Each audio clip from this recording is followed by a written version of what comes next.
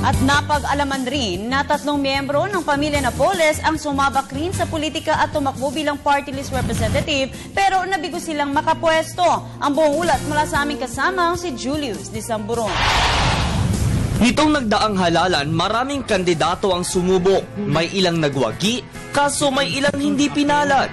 Sa pagtatapos ng eleksyon, umusbong ang mainit na usapin hinggil sa tamang paggamit ng pondo ng bayan o ng Priority Development Assistance Fund o PDAF.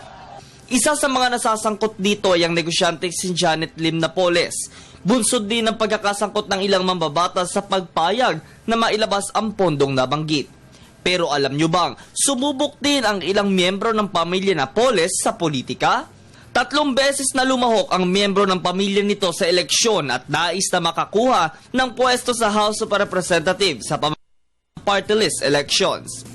Taong 2003 nang itatag ang SMILE, isang korporasyong hangad na tulungan ng mga maliliit na negosyante.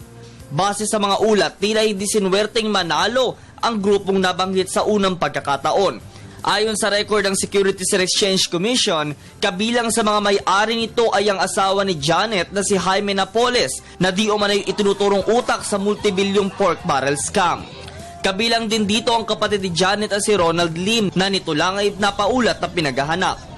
Taong 2004 nang muling sumabak ang SMILE sa party list elections, ngunit bigo muli itong magwagi. Sa Hello Garci scandal, nadawit pa ang nasabing grupo dahil sa umano'y posible itong isama sa gagawing pandaraya. At pinakahuli nitong 2007 elections, ang huling pagsabak. Binago nila ang pangalan nito bilang A-Smile pero bigo pa din silang makakuha ng pwesto sa Kongreso. Taong 2010 nang mawala sa listahan ng A-Smile sa party list nominees dahil sa dalawang magkasunod na talo sa halalan.